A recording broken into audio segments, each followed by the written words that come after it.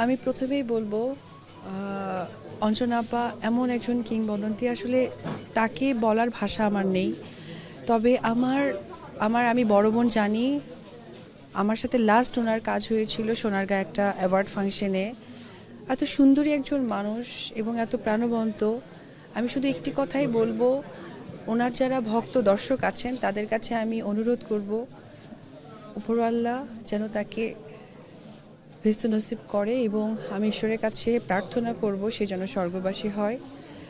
তার কোনো প্রকার কোনো কথায় যদি কোনো ভক্ত তারা আঘাত পেয়ে থাকেন, অবশ্যই সবাই ক্ষমা করে দেবেন।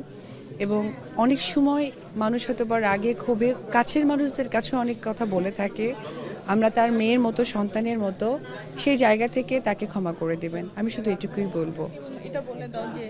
আর একটা কথাও আমি স্ক্রিনে বলতে চাই, আমি যেহেতু একজন চলচ্চিত্র শিল্পী আর উনি আমাদের বাংলাদেশের একজন কিংবদন্তি, যদি ওনার কাছে কারো পাওনা থাকে, কোনো কিছু থাকে, সেটা আপনারা দাবি দেওয়া রাখবেন না। তা একদম আর কিছু বলার নেই। আসলে আসলে আমি একটি কথাই বলবো যে এই যে আমাদের একের পর এক কিংবদন্তি চলে যাচ্ছেন, আমাদের ইন্ডাস্ট্রি কিন্তু গার্জিয়ান শূন্য হয়ে যাচ্ছে। আসলে এই গ্যাপটা কিভাবে পূরণ হবে এটা বলার ভাষা আমার নেই। তবে এইটুকুই আমি বলতে পারি যে উনি যেখানেই আছেন থাকবেন, আমি চাই ওনার জন্য প্রাণ ভরে দোয়া করবেন। আমার সাথে কথা হতো যখন আমি আমার ফার্স্ট আব্রামকে নিয়ে বের হলাম, উনি আমার বাসায় প্রথম এসেছিলেন এবং উনি আমাকে বলেছে যে আমরা আছি তোমার সাথে। এই যে একাকিত্ব আমি বলবো না, আমরা সকলেই তার সাথে ছিলাম, আমরা আছি, আমরা একটা পরিবার।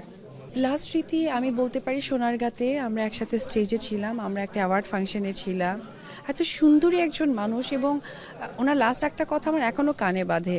ওনার যেমন চোখটা আমার খুব সুন্দর লাগতো, এবং চোখ উনি এত সুন্দর করে সাজাতেন। তো আমি বলেছি, দিদি তোমার চোখ এত সুন্দর কেন? তো আমাকে আবার উনি খুনসুটি করেই বলছিলেন যে নজর দিও না।